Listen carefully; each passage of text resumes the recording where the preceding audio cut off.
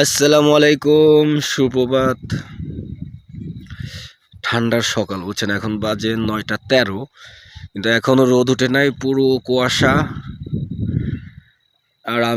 আর বাতাসটা আপনারা বুঝতে পারবেন না, বাতাসটা বুঝবেন গাছের পাতার দিক খেয়াল করলে। মানে ভালো বাতাস হচ্ছে, কিন্তু ঠিক আছে, ভালো বাতাস হচ্ছে, বাতাস শরীরে লাগাচ্ছি আর ঠান্ডায় পরিবেশ দেখতেছি। তো এই যে দেখুন, এখানে ধান ধান লাল হয়ে গেছে, মানে ধান পেকে গেছে, ধান কেটে ফেলবে, ঠিক আছে।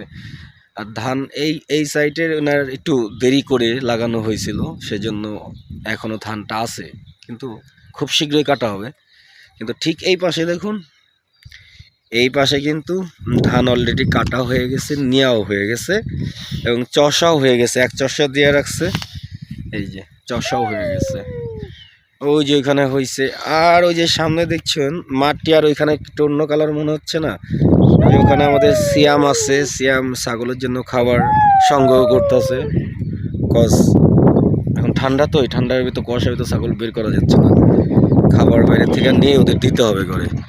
আর ওটা যেটা দেখতেছিলেন ওইটা দেখুন, ওগুলি কিন্তু খড়, এই যে একটা বর্ণ দেখা যাচ্ছে ক্ষেতের উপরে বিছানো, এটা হলো খড়।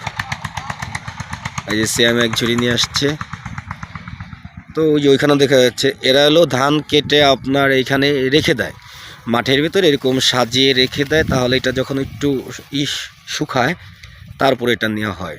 নাহলে তো এই খড়গুলি আবার গরুরে খাওয়ানো হয়, তো এটা শুকাতে আবার ভেজাল, তাই মাঠের থেকেই শুকায় ওরা নিয়ে যায়। তো ওগুলো নিয়ে যাবে, তারপরে ওই সব চষা হবে। আর আপাতত এগুলি চষা হয়েছে,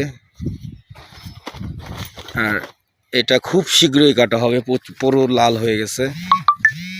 আর এখানে এলো আমার কলা গাছ, বাবু কলা গাছ, এখনো বড় হয়নি। আর এই যে মেহগনি লাগিয়েছিলাম, উপরে পাতা মারা গেছে, কিন্তু দেখেন এখান থেকে নতুন পাতা ছাড়তেছে।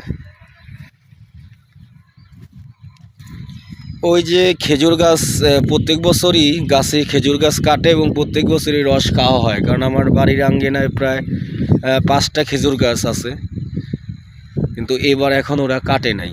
তা আমি একজনের কাছে জিজ্ঞেস করলাম, আপনার খেজুর এখনও কেন কাটলেন না খেজুর গাছ?